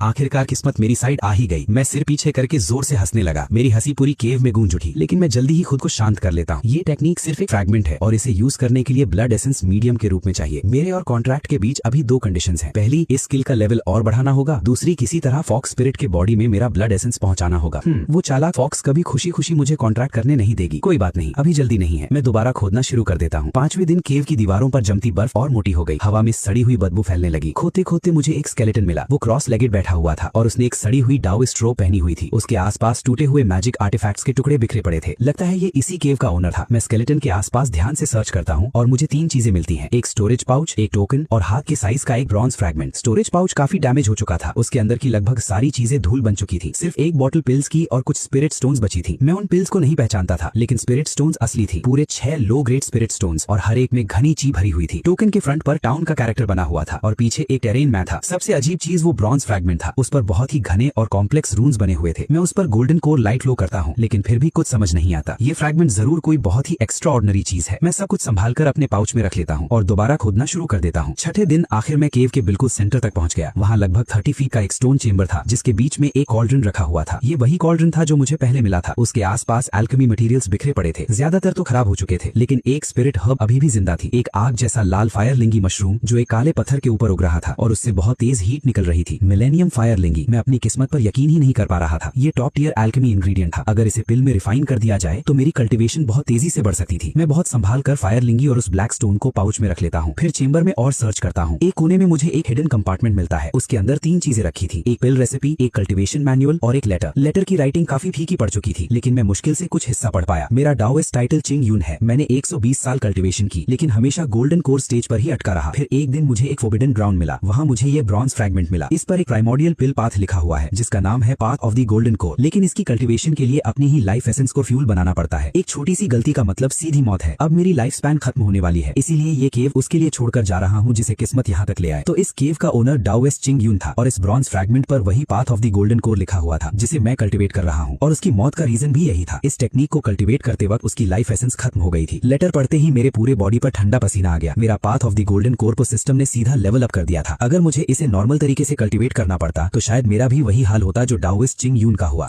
सिस्टम सच में हद से ज्यादा ओवरपावर्ड है। इतनी डेंजरस टेक्निक भी हो, ये सीधा उसके सारे डेंजर स्किप कर देता है। थोड़ी देर सोचने के बाद मैंने पिल रेसिपी और कल्टीवेशन मैनुअल भी अपने पाउच में रख ली। रेसिपी में एक फाउंडेशन पिल का जिक्र था। ये कल्टीवेटर्स को फाउंडेशन एस्टैब्लिशमेंट स्टेज तक ब्रेक थ्रू करने में हेल्प करती थी। और मैनुअल का नाम था चिंग यून टेक्निक, जो डाओइस्ट चिंग यून की अपनी कल्टीवेशन मेथड थी। इसका ग्रेड बुरा नहीं था, लेकिन path of the golden core के सामने इसका कोई कंपैरिजन नहीं था। मैं चेंबर को एक बार और ध्यान से सर्च करता हूँ। जब पक्का हो गया कि कुछ भी बाकी नहीं बचा, तब मैं केव से बाहर निकल आया। जब तक मैं गाँव वापस पहुँचता हूँ तब तक रात हो चुकी थी। जैसे ही मैं कोर्टयार्ड में घुसता हूँ, पड़ोस की खिड़की पर बैठी फॉक्स स्पिरिट नजर आती है। क्या देख रही हो? आज मुझे एक भी स्पिरिट हर्ब नहीं मिली। मैं चिढ़कर बोलता हूँ। उसकी आंखों में हल्की सी शक की झलक आई, लेकिन उसने कुछ नहीं कहा। वो मुड़कर चुपचाप अपने घर के अंदर चली गई। मैं पिल रूम में गया, दरवाजा बंद किया और अपने पाउच से सारी चीजें बाहर निकालकर सामने रख दी। फाउंडेशन पिल recipe, Ching Yun technique, millennium fire lingzhi, 6 spirit stones, एक टोकन, ब्रॉन्ज फ्रैगमेंट और बीस्ट कॉन्ट्रैक्ट टेक्निक वाला जेट स्लिप। इनमें से कोई भी चीज अगर बाहर दिख गई तो कल्टीवेटर्स लालच में पागल हो जाएंगे। और सबसे ज्यादा कीमती थी फाउंडेशन पिल रेसिपी। अगर इसके बारे में किसी को भी पता चल गया तो न जाने कितने कल्टीवेटर्स इसे हासिल करने के लिए लड़ पड़ेंगे। मुझे किसी भी तरह फाउंडेशन पिल ब्रू करनी ही होगी। मेरे पास path of the golden core की स्किल जरूर है, लेकिन मेरी असली कल्टीवेशन अभी भी ची रिफाइनिंग स्टेज में ही अटकी हुई है। अगर मैं फाउंडेशन पिल खाकर फाउंडेशन एस्टैब्लिशमेंट स्टेज में ब्रेक थ्रू कर गया तो फॉक्स स्पिरिट से निपटना बहुत आसान हो जाएगा। लेकिन फाउंडेशन पिल बनाने के लिए बहुत सारी सारे इंग्रेडिएंट्स चाहिए। मेरे पास सिर्फ सबसे इम्पोर्टेंट इंग्रेडिएंट मिलेनियम फायर लिंगी ही था, बाकी सब मुझे धीरे धीरे कलेक्ट करना था। अगले कुछ दिनों तक मैं दिन में पहाड़ों में हर्ब्स कलेक्ट करता रहा और रात में path of the golden core cultivate करता रहा। साथ ही केव में डिगिंग भी चलती रही और एक्सपी भी कलेक्ट होता रहा। आधे महीने बाद आखिर मैंने फाउंडेशन पिल के लिए जरूरी हर इंग्रेडिएंट कलेक्ट कर लिया। Name, Dangan, skills, path of the golden core, great success, beast contract technique, novice, XP 3500। मैंने अपना एक्सपी बीस्ट कॉन्ट्रैक्ट टेक्निक में इन्वेस्ट किया और 2000 एक्सपी खर्च करके उसे नोविस लेवल तक बढ़ा दिया। नोविस लेवल पर मुझे कॉन्ट्रैक्ट का बेसिक प्रिंसिपल समझ आ गया। किसी स्पिरिट बीस्ट को बाइंड करने के लिए 3 कंडीशन जरूरी हैं। पहली, बीस्ट वीक होना चाहिए, दूसरी, उसके बॉडी में जबरदस्ती ब्लड एसेंस डालना होगा और तीसरी, एक सीक्रेट मेथड से कॉन्ट्रैक्ट एक्टिवेट करना होगा। फॉक्स स्पिरिट पहले ही मेरी गोल्डन लाइट से इंजर्ड थी और उसके बॉडी के अंदर जो अजीब ब्लैक एनर्जी थी, ये वजह से ये बिल्कुल सही मौका था। लेकिन उससे पहले मुझे फाउंडेशन पिल ब्रू करनी थी। उस रात मैंने पिल रूम को पूरी तरह सील कर दिया और एक सिंपल साउंड प्रूफ बैरियर लगा दिया। फिर रिफाइनिंग शुरू की। Path of the golden core के ग्रेट सक्सेस लेवल की वजह से मेरी एल्केमी पहले से कहीं ज्यादा पावरफुल हो चुकी थी। कॉल्ड्रन के नीचे आग जल उठी। मैं एक एक करके इंग्रेडिएंट्स डालता गया। मेरे हाथ इतनी तेजी से हैंड सील्स बना रहे थे कि उनकी परछाइयां बन रही थी। एक के बाद एक फॉर्मूला फ्लेम्स में समा रहा था। मटेरियल्स पिघल रहे थे, इंप्यूरिटीज निकल रही थी और सब कुछ परफेक्ट तरीके से फ्यूज हो रहा था। पूरी रिफाइनिंग में एक भी गलती नहीं हुई। 3 घंटे बाद कॉल्ड्रन से एक जबरदस्त फ्रेग्रेंस उठने लगी। ये साइन था कि फाउंडेशन पिल लगभग रेडी है। मैंने गहरी सांस ली और फाइनल सीलिंग फॉर्मूला एक्टिवेट किया। बैंग! कॉल्ड्रन का लिड उड़ गया और 3 चमकती हुई गोल्डन पिल्स हवा में उछलकर सीधा मेरे हाथ की जेड वायल में आ गिरी। फाउंडेशन पिल कंप्लीट हो गई। मैं और वेट नहीं कर सका। मैंने तुरंत एक पिल निकाली और निगल ली। जैसे ही वो मेरे पेट में गई, तुरंत घुल गई और एक जबरदस्त पावर मेरे पूरे बॉडी में फैल गई। एनर्जी मेरे हर लिम्ब में दौड़ने लगी। मैंने path of the golden core activate की और उस एनर्जी को अपनी मेरिडियंस में सर्कुलेट करना शुरू किया। 1 साइकिल, 2 साइकिल, 3 साइकिल और जब 49th साइकिल कंप्लीट हुई, तब मेरे बॉडी के अंदर से एक गहरी गरज सुनाई दी, जैसे कोई बड़ी बंदिश टूट गई हो। एक जबरदस्त ऑरा मेरे बॉडी से फूट निकली। वो फाउंडेशन एस्टैब्लिशमेंट। मैं आखिर ब्रेक थ्रू कर ही गया। मैं अपने अंदर उमड़ती हुई पावर को महसूस कर रहा था। खुशी में मैं आसमान की तरफ देखकर जोर से गरज उठा, लेकिन उसी पल धड़! पिल रूम का दरवाजा एक जोर की लात से टूटकर खुल गया। रात के बीच में सोने की जगह इतना चिल्लाने की क्या जरूरत है? दरवाजे पर व्हाइट ड्रेस पहनी एक लड़की कमर पर हाथ रखे खड़ी थी। गुस्से से मुझे घूर रही थी। ये फॉक्स स्पिरिट थी। मेरा दिल एक पल के लिए उछल गया, फिर तुरंत मेरे चेहरे पर सुकून भरी मुस्कान आ गई। बिल्कुल परफेक्ट टाइमिंग। मैंने जोर से अपना हाथ जमीन पर मारा और मेरा बॉडी हवा में उछल गया। मेरे आसपास गोल्डन लाइट चमक उठी। तुम श्रापित डेमन, 3 महीने तक मेरी पिल्स चुराती रही और मेरा मजाक उड़ाती रही। आज तुम्हारी मौत का दिन है। फॉक्स स्पिरिट का चेहरा बदल गया। तुम्हारी इतनी हिम्मत, मेरे ऊपर हाथ उठाओगे? हाथ? मैं तो तुम्हें मारकर तुम्हारा फर कोट बनाऊंगा। एक पल भी वेस्ट न करते हुए मैंने गोल्डन लाइट से भरा हुआ मुक्का सीधा उसकी तरफ दे मारा। फॉक्स स्पिरिट का बॉडी एक पल के लिए फ्लिकर हुआ और वो सफेद रोशनी की एक लकीर बनकर अटैक से बच गई। हाँ, वो एक डेमन थी, लेकिन उसकी सोल पहले ही डैमेज थी और उसकी डेमोनिक पावर भी काफी कमजोर हो चुकी थी। वो मेरी गोल्डन कोर लाइट का सीधा सामना करने की हिम्मत ही नहीं कर पा रही थी। डैंगन, मैंने तुम्हारी बस कुछ ही पिल्स ली थी और तुम मुझे मारने पर उतर आए। फॉक्स स्पिरिट गुस्से से दांत भींचकर बोली, कुछ पिल्स? तुमने पूरे 3 महीने तक मेरी पिल्स चुराई, पूरे 91 बैचेस, एक भी मेरे लिए नहीं छोड़ी, और तुम इससे बस कुछ पिल्स बोल रही हो? अगर आज तुमसे रहम की भीख न मंगवा दी तो मेरा नाम डैंगन नहीं। मैंने हैंड सील बनाया और मेरी गोल्डन कोर लाइट एक चमकती हुई लाइट ब्लेड में बदल गई। मैंने सीधा उसकी तरफ वार कर दिया। इस बार वो वक्त पर बच नहीं पाई। लाइट ब्लेड उसके कंधे को छू गई। वो तेज चीख मारकर पीछे जा उछली और जोर से दीवार से टकरा गई। उसकी डिमोनिक एनर्जी बुरी तरह हिल गई। ये कैसी पावर है? ये मुझे हर्ट कैसे कर सकती है? वो अपना कंधा पकड़कर डर से मुझे देखने लगी। गोल्डन कोर लाइट ये डीमंस को काउंटर करने के लिए ही बनी है। मैं ठंडी हंसी हंसा और उसकी तरफ बढ़ने लगा। फॉक्स स्पिरिट ने दांत भींच लिए। उसका बॉडी फ्लिकर हुआ और वो सीधा दीवार के आर पार होकर पड़ोस वाले घर में भाग गई। मैं बिना एक पल की देरी किए उसके पीछे दीवार तोड़कर घुस गया। बूम! मेरे मुक्के ने दीवार में एक बड़ा सा सुराख कर दिया। अंदर येंजी अपनी डेस्क पर बैठकर पढ़ रहा था। इतना बड़ा धमाका देखकर वो बुरी तरह घबरा गया। डैंगन, क्या तुम पागल हो गए हो? साइड में हो जाओ, ये तुम्हारा मामला नहीं है। मैंने उसे जोर से एक तरफ धक्का दिया और मेरी नजर सीधा कोने में दुबकी हुई फॉक्स स्पिरिट पर टिक गई। वो अपने असली रूप में आ चुकी थी। बर्फ जैसी सफेद फर वाली एक फॉक्स। वो कांप रही थी और डर से मुझे देख रही थी। पास मत आना, फॉक्स ने इंसानों की आवाज में रोते हुए कहा। अब डर लग रहा है? जब मेरी पिल्स चुरा रही थी तब तो इतना डर नहीं लग रहा था। मैं धीरे धीरे उसकी तरफ बढ़ता गया। वो भागने की कोशिश करती है, लेकिन मेरी गोल्डन कोर लाइट पहले ही उस पर लॉक हो चुकी थी। अब वो चाहे जहां भी भागे मेरी रीच से बाहर नहीं जा सकती थी। मैंने तुम्हारी पिल्स एक वजह से चुराई थी। मेरे बॉडी के अंदर एक अजीब ब्लैक एनर्जी है। अगर मैं पिल्स की चीज से उसे सप्रेस न करूं तो मैं मर जाऊंगी। उससे मेरा क्या लेना देना? तुम जियो या मरो, मुझे कोई फर्क नहीं पड़ता। फॉक्स स्पिरिट गुस्से से कांप उठी, लेकिन अगले ही पल उसकी हिम्मत टूट गई। प्लीज मेरी जान बख्श दो, मैं दोबारा कभी ऐसा नहीं करूंगी। मैं तुम्हें छोड़ दूंगा, लेकिन एक कंडीशन पर। मेरे साथ बीस्ट कॉन्ट्रैक्ट साइन करो। मुझे अपना मास्टर मान लो, फिर मैं तुम्हें जिंदा छोड़ दूंगा। कभी नहीं। मैं हेवनली फॉक्स ब्लड लाइन से हूँ। मैं एक इंसान कल्टीवेटर के सामने कभी नहीं झुकूंगी। ठीक है, फिर मर जाओ। मैंने दोबारा अपना हाथ उठाया और गोल्डन कोर लाइट फिर से एक लाइट ब्लेड में बदल गई। मैं अटैक करने ही वाला था कि वो घबरा कर चिल्लाई, रुको, मैं मान गई। बस अब बात बनी। मैंने लाइट ब्लेड हटा दी और जेड स्लिप उसके सामने कर दिया। अपनी ब्लड एसेंस को मीडियम बनाओ और खुद को मेरे साथ बाइंड कर लो। उसकी आंखों में एक पल के लिए संघर्ष दिखाई दिया, लेकिन आखिरकार उसने अपनी जीभ काट ली और एक बूंद खून जेड स्लिप पर गिरा दी। मैंने भी अपनी उंगली काटकर एक बूंद खून उस पर गिरा दिया। जेड स्लिप चमक उठी। एक मिस्टीरियस रून उसमें से निकला और सीधा मेरे और उसके माथे में समा गया। अगले ही पल मुझे अपने दिमाग में एक नया कनेक्शन महसूस हुआ। बीस्ट कॉन्ट्रैक्ट कंप्लीट हो चुका था। अब उसकी जिंदगी और मौत दोनों मेरे कंट्रोल में थी। मास्टर, फॉक्स स्पिरिट ने शर्म और बेइज्जती से सर झुका लिया। तुम्हारा नाम क्या है? सॉफ्टी। सॉफ्टी? मैं उसे देखकर मुस्कुराया। अच्छा नाम है। आज से तुम मेरे लिए पिल्स ब्रू करोगी, हर्ब्स कलेक्ट करोगी और सारे एरेंड्स भी तुम ही करोगी। और रही फ्रीडम की बात, पहले मेरी चुराई हुई 91 बैचेस की पिल्स का हिसाब चुका दो, फिर बात करेंगे। 91 बैचेस? तुम मुझे मारना चाहते हो क्या? इतना ज्यादा? ठीक है, फिर 182 बैचेस कर देते हैं। नहीं नहीं, 91 ही ठीक है। पूरा सीन देखते हुए यांजी का चेहरा पहले सफेद हुआ, फिर गुस्से से लाल हो गया। डैंगन, तुमने मेरी फॉक्स को कॉन्ट्रैक्ट कर लिया? वो गुस्से से कांपते हुए मेरी तरफ उंगली दिखाने लगा। तुम्हारी फॉक्स? तुमने उसे खरीदा था, ठीक है, लेकिन क्या तुम्हें पता था कि उसने 91 बैचेस पिल्स चुराई हैं? जब वो तुम्हारी थी तो उसका कर्ज भी तो तुम्हें ही चुकाना चाहिए ना। यांजी एकदम चुप हो गया। उसका चेहरा शर्म और गुस्से से लाल हो गया, लेकिन उसके पास बोलने के लिए एक भी लफ्ज नहीं बचा। अगर कर्ज नहीं चुका सकते तो चुप ही रहो। मैंने सॉफ्टी को गर्दन के पिछले हिस्से से पकड़ा और उसे उठाकर अपने घर की तरफ चल दिया। आज से ये मेरी फॉक्स है। तुम? यांजी गुस्से से कांप रहा था, लेकिन दीवार में बने बड़े सुराख और मेरे बॉडी से निकलती फाउंडेशन एस्टेब्लिशमेंट की ऑरा देखकर उसकी हिम्मत नहीं हुई कि एक और लफ्ज बोले। मैं अपनी पिल रूम में वापस आया और सॉफ्टी को सीधा जमीन पर रख दिया। अब मुझे बताओ, तुम्हारे अंदर की वो ब्लैक एनर्जी आखिर है क्या? मैं पूछता हूँ। सॉफ्टी धीरे से बोलती है, मैं असल में माउंट चिंगवान की एक हेवनली फॉक्स हूँ। मैंने 300 साल तक कल्टीवेशन की थी और बस डीमन कोर बनने से एक कदम दूर थी। आधे साल पहले मैं एक बड़े टूम में फॉर्चून ढूंढने गई थी। वहीं उस अजीब ब्लैक एनर्जी ने मेरी बॉडी में घुसकर मेरी पावर को धीरे धीरे खाना शुरू कर दिया। मैं मुश्किल से अपनी जान बचाकर वापस आई, लेकिन मेरे डीमन कोर पहले ही डैमेज हो चुका था। मेरी पावर सीधा सबसे नीचे गिर गई। बाद में हंटर ओल्ड जैंग ने मुझे पकड़ लिया और यांजी ने मुझे खरीद लिया। मेरे पास तुम्हारी पिल्स चुराने के अलावा कोई ऑप्शन नहीं था। उन्हीं की चीज से मैं अपने अंदर की ब्लैक एनर्जी को सप्रेस कर रही थी। मैं सीधा पूछता हूँ, वो टूम कहाँ है? माउंट चिंगवान के अंदर गहराई में। मास्टर, आप ऐसा तो नहीं सोच रहे? बिल्कुल वही सोच रहा हूँ। मैं उस टूम में जाऊंगा जहाँ इतनी अजीब एनर्जी पैदा होती है। वहाँ बहुत सारा एक्सपी भी जरूर होगा। और वैसे भी अब तुम मेरी कॉन्ट्रैक्टेड बीस्ट हो, तुम्हारे अंदर की ब्लैक एनर्जी का सोल्यूशन ढूंढना भी मेरी रिस्पॉन्सिबिलिटी है। ये सुनकर सॉफ्टी एक पल के लिए चुप हो गई, जैसे मेरी बात ने उसे सच में सरप्राइज कर दिया हो। मास्टर, बस अब और बातें नहीं, मुझे वहाँ ले चलो। अगले कुछ दिनों तक मैं अपनी फाउंडेशन एस्टैब्लिशमेंट कल्टीवेशन को स्टेबल करता रहा और साथ ही टूम एक्सप्लोर करने की तैयारी भी। मैं ओल्ड जैंग की फोर्ज पर गया और उससे एक नया सेट बनवाने को बोला। Steel grappling claw, retractable probing rod, self defence के लिए एक शॉर्ट ब्लेड और हल्का लेकिन मजबूत लेदर आर्मर। मेरा ऑर्डर देखते देखते ओल्ड जैंग और भी ज्यादा कंफ्यूज होता गया। डैंगन, तुम कहीं किसी टूम को लूटने तो नहीं जा रहे? मैं बिना झिझक मुस्कुराया। क्या बात कर रहे हैं ओल्ड जैंग, मैं तो बस पहाड़ों में रेयर हर्ब्स ढूंढने जा रहा हूँ। ओल्ड जैंग ने और कुछ नहीं पूछा, बस इतना बोला, संभल कर रहना। 3 दिन बाद सारी तैयारी कंप्लीट हो गई। मैं सॉफ्टी को लेकर माउंट चिंगवान की गहराई में निकल पड़ा। कॉन्ट्रैक्ट एक्सेप्ट करने के बाद भी सॉफ्टी पूरे रास्ते शिकायत करती रही। मास्टर, क्या आप सच में उस टूम में जाना चाहते हैं? वहाँ बहुत डेंजर है। मैं पिछली बार मुश्किल से जिंदा बाहर निकली थी। नो रिस्क नो रिवॉर्ड, और अगर तुमने और शिकायत की तो तुम्हारे उधार में 10 बैचेस और ऐड कर दूंगा। ये सुनते ही सॉफ्टी तुरंत चुप हो गई। लगभग पूरे दिन चलने के बाद हम एक छिपी हुई वैली में पहुंच गए। वैली घनी झाड़ियों से ढकी हुई थी। बाहर से देखने पर कुछ भी अनयूजुअल नहीं लग रहा था। तभी सॉफ्टी रुक गई। उस बड़े पत्थर के पीछे टूम का एंट्रेंस है। मैं आगे बढ़ा और सच में उस बड़े बोल्डर के पीछे बेलों के नीचे एक छोटा सा एंट्रेंस छुपा हुआ था। वो इतना छोटा था कि एक वक्त में मुश्किल से एक इंसान अंदर जा सकता था। अंदर पूरा अंधेरा था, इतना गहरा अंधेरा कि अपना हाथ तक नहीं दिखाई दे रहा था। अंदर से एक ठंडी और दबाव वाली हवा बाहर आ रही थी। मेरी रीढ़ की हड्डी तक ठंडी हो गई। मैंने गोल्डन कोर लाइट एक्टिवेट की और उसकी रोशनी से रास्ता रोशन कर दिया। चलो, मैं सबसे पहले अंदर घुसा और सॉफ्टी मेरे बिल्कुल पीछे आ गई। अंदर एक पतला सा टनल था। उसकी दीवारों पर अजीब रून्स बने हुए थे। मैंने उन्हें गोल्डन कोर लाइट से एग्जामिन किया। उनमें हल्की सी स्पिरिचुअल पावर बची हुई थी। लग रहा था ये किसी फॉर्मेशन का हिस्सा है। ये टूम कोई नॉर्मल जगह नहीं है। लगभग आधे घंटे चलने के बाद टनल अचानक खुल गया। हम एक बड़े बरियल चेंबर में पहुंच गए। ये गोल शेप का था और लगभग 100 फीट चौड़ा। बिल्कुल बीच में एक बहुत बड़ा स्टोन कॉफिन रखा था। कॉफिन पर भी वही रून्स बने हुए थे जो टनल में थे। दोनों एक ही सोर्स के लग रहे थे। चेंबर के किनारों पर अनेक स्केलेटन बिखरे पड़े थे, कुछ इंसानों के, कुछ बीस्ट के। इतनी ज्यादा हड्डियां थी कि आसानी से 100 से भी ज्यादा स्केलेटन होंगे। मास्टर, पिछली बार मुझे इसी जगह उस ब्लैक एनर्जी ने अटैक किया था। मैं ध्यान से स्टोन कॉफिन की तरफ देखता हूँ और सच में उसके अंदर से हल्की हल्की ब्लैक एनर्जी बाहर निकल रही थी। वो हवा में इकट्ठा होकर अजीब से ब्लैक शैडोज बना रही थी। ये शैडोज असल में वेंजफुल स्पिरिट्स थे। मैं उन्हें ऑब्जर्व ही कर रहा था कि मेरे सामने सिस्टम इंटरफेस खुल गया। Massive XP detected, collect. मेरा दिल एक्साइटमेंट से जोर से धड़क उठा। इस चेंबर का हर एक शैडो एक चलती फिरती एक्सपी बंडल था। कलेक्ट। जैसे ही मैंने कमांड दी, मेरा एक्सपी पागलों की तरह बढ़ने लगा। सिर्फ एक पल में 5000 क्रॉस कर गया। Level up. मैंने बिना एक सेकंड वेस्ट किए path of the golden core को ग्रेट सक्सेस से सीधा परफेक्शन तक पुश कर दिया। Skill path of the golden core perfection, XP 6800। Alchemy की इनसाइट्स का एक बेपनाह समंदर मेरे दिमाग में फूट पड़ा। ऐसा लगा जैसे मेरे अंदर कुछ टूटकर पूरी तरह से खुल गया हो। इसी पल मुझे पहली बार path of the golden core का असली एसेंस समझ में आ गया। मैं सिर आसमान की तरफ उठाकर जोर से हंसने लगा। मेरे बॉडी के आसपास से गोल्डन लाइट फूट निकली और पूरा चेंबर दिन की तरह रोशन हो गया। हवा में तैरते हुए ब्लैक शैडोज जैसे ही उस गोल्डन लाइट से टकराए, वो बर्फ की तरह पिघलने लगे। एक के बाद एक सब गायब होते चले गए। XP plus 100, XP plus 200, XP plus 500, XP plus 500। Master, आप ब्रेक थ्रू कर गए। सॉफ्टी की आंखें शॉक से फैल गई। सिर्फ ब्रेक थ्रू ही नहीं, मैं अपने अंदर उमड़ती हुई पावर को महसूस कर रहा था। अभी इसी वक्त मैं अपने पुराने वाले खुद के 10 वर्जन को सिर्फ एक थप्पड़ में खत्म कर सकता था। तभी चेंबर के बीच में रखा स्टोन कॉफिन अचानक जोर जोर से कांपने लगा। उसके अंदर से एक बहुत ही टेरिफाइंग प्रेजेंस फूट निकली जो पहले से 10 गुना ज्यादा पावरफुल थी। मेरी नींद तोड़ने की हिम्मत किसने की? बूम! कॉफिन का लिड जोर से उड़ गया। एक ब्लैक शैडो उसके अंदर से निकलकर जमीन पर उतरी और धीरे धीरे एक ब्लैक रो पहने मिडिल एज्ड आदमी का रूप ले लिया। एक छोटा सा फाउंडेशन एस्टेब्लिशमेंट ब्रैट मेरी टूम में घुसने की हिम्मत करता है तो तुम ही इस टूम के ओनर हो। मैं चिंग योन सेक्ट का 7वां सेक्ट लीडर हूँ। मेरा डाओइस्ट टाइटल है स्वांग मिंग। तुम मेरी टूम में घुसे हो, क्या तुम्हें पता है इसका अंजाम क्या होगा? अंजाम? कैसा अंजाम? मास्टर संभल के, सॉफ्टी चिल्लाई, लेकिन मैं अपनी जगह से हिला भी नहीं। जैसे ही उस ब्लैक एनर्जी की टेंड्रिल्स मेरी तरफ बढ़ी, मेरे अंदर की गोल्डन कोर लाइट खुद ही फूट निकली। परफेक्शन लेवल पर उसकी पावर ग्रेट सक्सेस से 10 गुना ज्यादा थी। गोल्डन लाइट एक जलते हुए सूरज की तरह चमक उठी और ब्लैक एनर्जी सूखी बर्फ की तरह बिखरने लगी। जैसे ही वो टेंड्रिल्स गोल्डन लाइट को छूकर गुजरी, वो तुरंत टूटकर गायब हो गई। XP + 500, XP + 500, XP + 500। ये कैसी पावर है? गोल्डन कोर लाइट ये डीमंस को काउंटर करने के लिए ही बनी है। तुम अब जिंदा भी नहीं हो, बस एक वेंजफुल स्पिरिट हो जो एक लाश से चिपकी हुई है। और तुम्हारी बदकिस्मती है कि तुम्हारी मुलाकात मुझसे हो गई है। बदतमीज। मैंने अपना हाथ उठाया और सीधा मुक्का मारा। मेरी गोल्डन कोर लाइट मेरे फिस्ट के आसपास जमा होकर एक गोल्डन स्फीयर बन गई। वो उसके ब्लैक स्फीयर से टकराई। बूम, एक जबरदस्त धमाका हुआ। ब्लैक स्फीयर एक पल में टूट गया, जबकि गोल्डन स्फीयर बिना रुके सीधा डाओइस्ट स्वांग मिंग के सीने से टकरा गया। Impossible, impossible. मैंने 300 साल कल्टीवेशन की। मैं तुम जैसे फाउंडेशन एस्टैब्लिशमेंट ब्रैट से कैसे हार सकता हूँ? 300 साल कल्टीवेशन करके भी सिर्फ एक वेंजफुल स्पिरिट ही बने हो, इतना भी इंप्रेसिव नहीं है। मैं ठंडी आवाज में बोला, अपने पास जितने ट्रेजर्स और टेक्निक्स हैं सब मुझे दे दो। मैं तुम्हें जल्दी मौत दूंगा। कभी नहीं तो फिर मर जाओ। रुको रुको, मैं दे देता हूँ, सब दे देता हूँ। उसने अपनी रोब के अंदर से एक स्टोरेज पाउच निकाला और मेरी तरफ फेंका। मैंने उसे उठाया और खोला। अंदर 3 चीजें थी, एक कल्टीवेशन मैनुअल, एक टोकन और एक ब्रॉन्ज फ्रैगमेंट। मेरा दिल जोर से धड़का। मैंने ब्रॉन्ज फ्रैगमेंट बाहर निकाला और तुरंत समझ गया कि ये वही फ्रैगमेंट है जो मेरे पास पहले से था। दोनों को जोड़ते ही रून्स और कंप्लीट हो गए और उनके बीच में एक धुंधला सा मैप नजर आने लगा। ये ब्रॉन्ज फ्रैगमेंट आखिर है क्या? मुझे भी नहीं पता। मुझे ये एक फॉरबिडन ग्राउंड में मिला था। मैंने इस पर 1000 साल रिसर्च की, लेकिन इसका राज कभी नहीं समझ पाया। बस इतना पता है कि इसमें एक प्राइमोर्डियल पिल पाथ लिखा हुआ है जिसका नाम है the path of the golden core. मैंने इसे कल्टीवेट किया, लेकिन कुछ गलत हो गया। मैं कल्टीवेशन डिविएशन का शिकार हो गया। ना पूरा इंसान रहा, ना पूरा भूत। तो ये बात है, डाओइस्ट स्वांग मिंग भी the path of the golden core का कल्टीवेटर था, बस उसके पास सिस्टम नहीं था, इसलिए कल्टीवेशन गलत हो गई और वो खुद एक वेंजफुल स्पिरिट बन गया। ठीक है, अब तुम मर सकते हो। तुमने मुझे क्विक डेथ देने का वादा किया था और मैं अभी वही दे रहा हूँ। मैंने सीधा मुक्का मारा। मेरी गोल्डन कोर लाइट ने डाओइस्ट स्वांग मिंग को एक ही पल में धूल बना दिया। XP 2000। उसके मरते ही मुझे पूरे 2000 XP मिले। मेरा दिल खुशी से भर गया। मैंने तुरंत सिस्टम इंटरफेस खोला। Name Dangan, skills path of the golden core perfection, beast contract technique novice, XP 10,300। 10,000 XP का नंबर क्रॉस हो चुका था। मैंने गहरी सांस ली और मुश्किल से अपनी एक्साइटमेंट को कंट्रोल किया। हम दोनों टूम से बाहर आ गए। बाहर तब तक गहरी रात हो चुकी थी। मैं और सॉफ्टी पूरी रात सफर करते रहे और अगली सुबह जाकर गांव वापस पहुंचे। जैसे ही मैं गांव के एंट्रेंस पर पहुंचा, मैंने देखा मेरे घर के बाहर लोगों की भीड़ लगी हुई है। मैं तुरंत तेज कदम से उधर बढ़ा। भीड़ के बीच से ओल्ड जैंग ने सबसे पहले मुझे देख लिया। ओल्ड जैंग का चेहरा एकदम बदल गया। डैंगेन, तुम आखिर वापस आ गए। बहुत बड़ी मुसीबत हो गई है। क्या हुआ? कल रात लैंडलॉर्ड ली अपने आदमियों के साथ रेंट लेने आया था। बोला कि अगर रेंट नहीं दिया तो तुम्हारा पिल रूम वापस ले लेगा। तुम घर पर नहीं थे, इसलिए वो लोग जबरदस्ती अंदर घुस गए। और क्या मिला उन्हें मेरे पिल रूम में? एक ढेर सारी स्वॉर्ड्स और वेपन्स। वो कह रहे हैं कि तुम बैंड वेपन्स छुपा रहे हो और अथॉरिटीज को रिपोर्ट करेंगे। मैं एक पल के लिए हैरान रह गया। मैंने कब वेपन्स छुपाए? एक मिनट, क्या ये वही वेपन्स हैं जो ओल्ड जैंग ने फोर्ज किए थे? लेकिन उन ब्लेड्स को तो ओल्ड जैंग पहले ही पिघलाकर आयरन पैलेट्स बना चुका था। फिर ये सब वहाँ आया कैसे? ये साफ सेटअप है। तभी भीड़ एक तरफ हटी और सिल्क रोप पहने मोटा सा मिडिल एज आदमी आगे बढ़ा। ये लैंडलॉर्ड ली था। डैंगेन, तुम वेपन्स छुपाकर रिबेलियन की प्लानिंग कर रहे हो। बताओ इस जुर्म की क्या सजा होनी चाहिए? लैंडलॉर्ड ली, तुम कह रहे हो मैंने वेपन्स छुपाए हैं। क्या तुम्हारे पास कोई प्रूफ है? प्रूफ? तुम्हारे पिल रूम से मिले वेपन्स ही प्रूफ है। पकड़ो इस गद्दार को। सॉफ्टी, जी मास्टर, इन सबको गिरा दो, बस किसी को मारना मत। वैसे भी सॉफ्टी पहले से गुस्से में थी। वो एक सफेद रोशनी की लकीर बनकर भीड़ में घुस गई। अगले ही पल हर तरफ चीखें गूंजने लगी। कुछ ही सेकंड्स में 1 दर्जन से ज्यादा गुंडे जमीन पर पड़े कराह रहे थे। Demon, demon. चुप, मैं ठंडी आवाज में बोला। मेरे पिल रूम में वेपन्स किसने रखे? मुझे नहीं पता, मुझे कुछ नहीं पता। मैं हल्की सी हंसी हंसा और गोल्डन कोर लाइट एक्टिवेट कर दी। एक इनविजिबल प्रेशर सीधा लैंडलॉर्ड ली पर उतर आया। वो डर के मारे कांपने लगा। बोलता हूँ, सब बोलता हूँ, ये सब यांजी का आइडिया था। उसी ने मुझे ये सब करने को कहा था। मेरी भौहें सिकुड़ गईं। मैं भीड़ पर नजर दौड़ाता हूँ। एक कोने में कोर्स क्लॉथ पहने यांजी चुपचाप निकलने की कोशिश कर रहा था। यांजी, कहाँ भाग रहे हो? मेरा बॉडी एक पल में फ्लिकर हुआ और मैं उसके सामने पहुंचकर उसका कॉलर पकड़ लेता हूँ। डैंगेन, मेरी बात सुनो, मैं समझा सकता हूँ। समझाओगे? क्या समझाओगे? ये कि तुमने लैंडलॉर्ड ली के साथ मिलकर मुझे फंसाने की साजिश की।